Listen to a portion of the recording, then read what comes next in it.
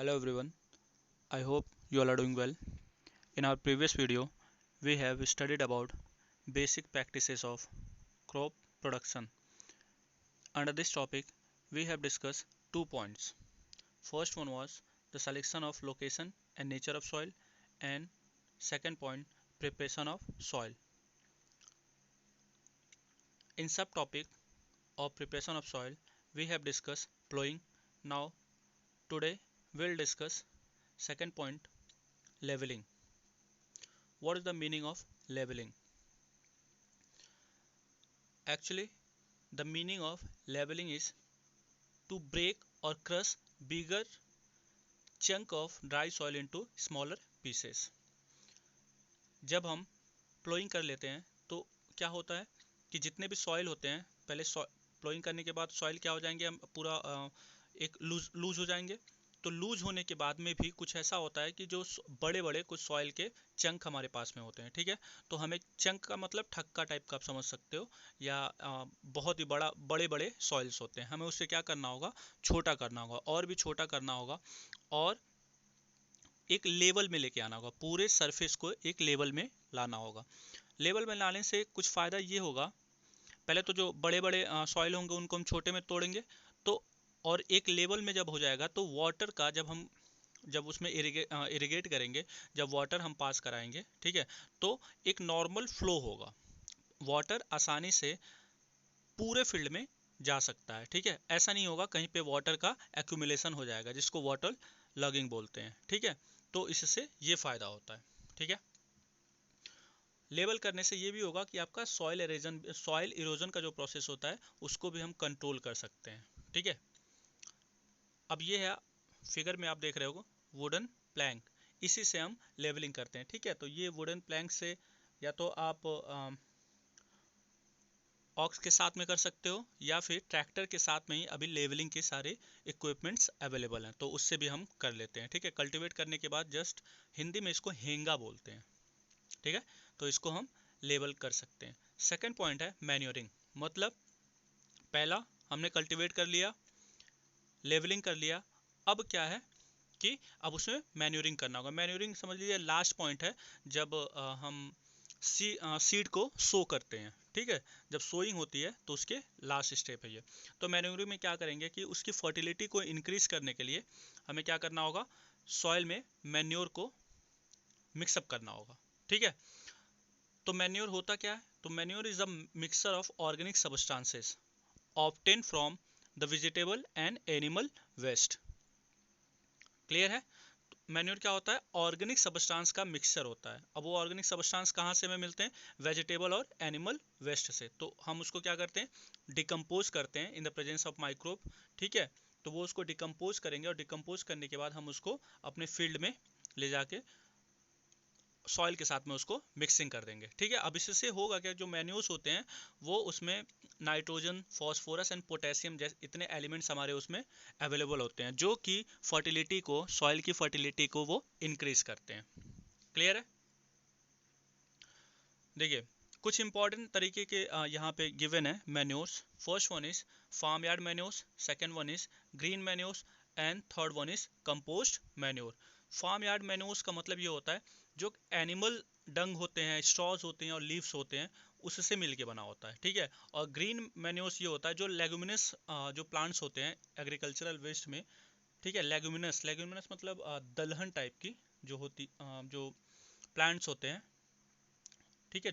Leguminous में आप ये समझिए कि नाइट्रोजन फिक्सेशन वो बहुत ही अच्छे से करते हैं, तो वो प्लांट्स उनको हम बोलते हैं लेगुमिनस प्लांट्स। तो उनके जो वेस्ट होते हैं, ठीक है, उसको भी हम एज ए मैन्योर यूज कर सकते हैं, तो उसको बोलेंगे green manure. And third one is compost manure. Compost manure आपके जो कैटल शेड होते हैं उसके वेस्ट और ड्राई लिव से मिलके बने होते हैं, ठीक है। तीनों प्रोसेस समझ में आ गया। First one was ploughing, second one was leveling, and third one is manuring. Clear है। Next point, selection of seed and sowing. selection of seed and sowing, पहले कल्टीवेशन हो गया, कल्टीवेशन कर लिया हमने, कल्टीवेट कर लिया, लेवल कर लिया, उसमें मैन्योर को मिक्स करके फर्टिलिटी भी हमारी इंक्रीज है। अब हमें क्या करना होगा कि सीड का सिलेक्शन करना होगा, ठीक है, कि मतलब अगर जो भी सीड को हम वहाँ पे सो करने वाले हैं, जिनकी सोइंग होने वाली है, उसका हम सिलेक्शन करेंगे और उसके बाद में उसकी बुआई करेंगे, ठीक है। देखिए सिलेक्शन में हमें क्या ध्यान देना होगा कि भाई सिलेक्शन में ये हो कि मैक्सिमम प्रोडक्शन हो उसका, ऐसा ना हो कि वो जिस सीड को हम वहाँ पे सो करने जा रहे हैं, वो क्या है, वो खुद डिजीज है, मतलब वो इल है, खुद बीमार है, ठीक है, तो ऐसा नहीं होना चाहिए, ठीक है।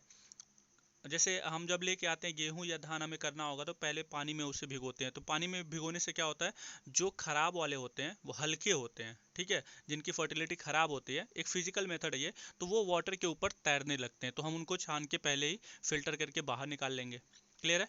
और जो हैवी रहता है, हैवी वन, वो नीचे चला जाता है, ठीक है, तो हम उसी को यूज़ करते हैं, ठीक है। तो डिजीज फ्री होना चाहिए जो हमारे सीड्स होते हैं, ठीक है, और वो हाई यील्डिंग होनी चाहिए, क्लियर है, ठीक है। अब एक तरीका और भी होता है, सेकंड पॉइंट लिखा हुआ है, treat the seeds with a fungicide before sowing. Sow करने से पहले हमें उसे क्या करना होगा, फंगिसाइड से उसको ट्रीट करना होगा, जिससे अगर उसमें फंगस वगैरह हैं, ठीक है, तो वो क्या हो, खत्म हो जाए, क्लियर है। देखिए ये तो हो गया कि हमने सिलेक्शन कर लिया, ठीक है, हाई यील्डिंग का प्रोडक्ट हमने यूज़ करा है ताकि प्रोडक्शन ज़्यादा हो, ठीक है, डिजीज़ फ्री है वो या डिजीज़ रेजिस्ट है वो, ठीक है, फंगिसाइड भी हमने यूज़ कर लिया। अब हम उसको कैसे सो करेंगे, कैसे बोएंगे, ठीक है, तो दो मेथड है। First one is by scattering them in the field by hand, and second one is by using seed drill, clear है। तो पहला point, by scattering them in the field by hand, जैसे आप लोगों ने गेहूं की बुआई देखी होगी, तो उसको हम हाथों से लेके, जैसे खाद को हम खेतों में डालते हैं, उसी तरीके से हाथों में लेके हम इसको ऐसे स्कैटर कर देते हैं, रैंडम। ऐसा नहीं है हम उसमें कोई पैटर्न लगाते हैं, रैंडम हम उसको क्या करते हैं, पूरे खेत में स्कैटर कर देते हैं, तो इसको बोलते हैं बाई हैंड, ठीक है। This method is called broadcasting. Broadcasting में also be done by using mechanical broadcaster, ठीक है। अगर बड़े लेवल पे खेती है तो आप उसको क्या करोगे, हाथों से ना करके, आपको रैंडम ही, उसमें कोई पैटर्न नहीं है, आपको हाथों से स्कैटर कर सकते हो, बड़े लेवल पर तो आप ब्रॉडकास्टर भी यूज कर सकते हो, क्लियर है। चलिए सेकंड है बाय यूजिंग सीड ड्रिल्स। तो सीड ड्रिल्स को करने के लिए हमें क्या करना होगा, एक पैटर्न में होगा, ठीक है, और ये क्या कर सकते हैं उसको, टाइम मैनेज, आप इसमें टाइम सेव कर सकते हो अच्छे से, ठीक है। लेबर जो आप 3-4 लोगों को लेके ये काम कर रहे थे, वो आसानी से एक आपका से ड्रिल आसानी से 3-4 लोगों का काम अकेले कर सकता है, क्लियर है। तो इसमें आप कम लेबर यूज करके आप हाई प्रोडक्शन को अचीव करते हो, क्लियर है। तो हम क्या करते हैं, जो सीड ड्रिल होता है या सीड बॉल होता है, उसमें हम सीड को डालते हैं, और जैसे ही प्लो जो हमारा होता है, प्लो हल जो होता है वो आगे की तरफ मूव करता है, तो क्या होगा, जो सीड है उसके नीचे से धीरे धीरे धीरे धीरे नीचे से स्लाइड करते हुए, और जहाँ जहाँ सॉइल है वहाँ वहाँ पे ये चलता चला जाएगा और वहाँ पे उसकी बुआई हो जाएगी, क्लियर है। तो सीड बॉल में हम सीड को पहले रखते हैं और प्लो हमारा चलता रहता है, ठीक है, और नीचे से सीड हमारा स्कैटर या फिर स्लाइड होके ज़मीन पे पहुँच जाता है, ठीक है।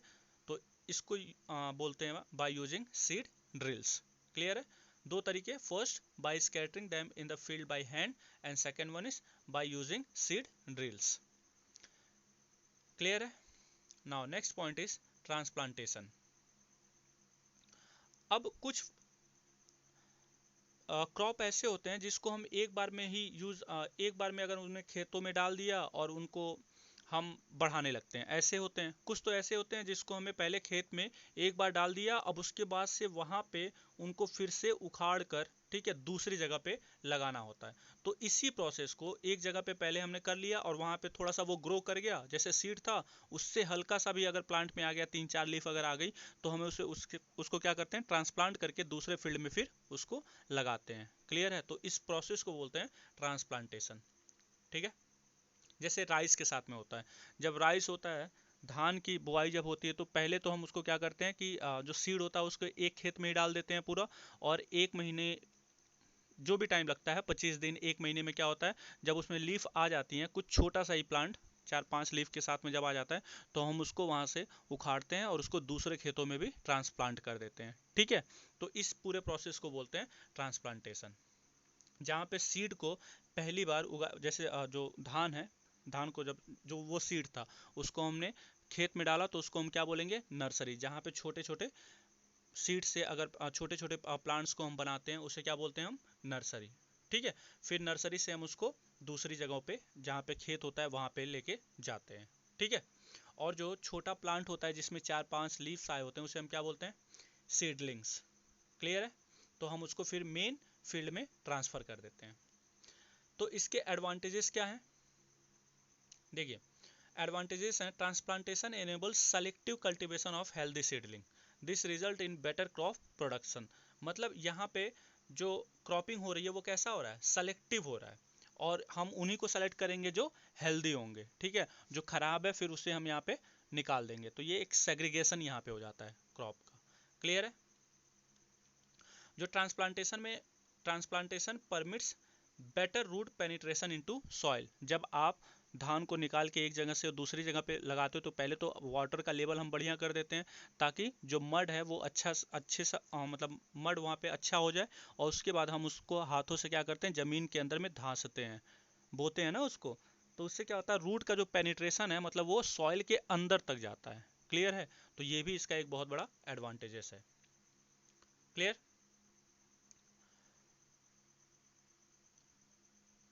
नेक्स्ट पॉइंट है इरिगेशन।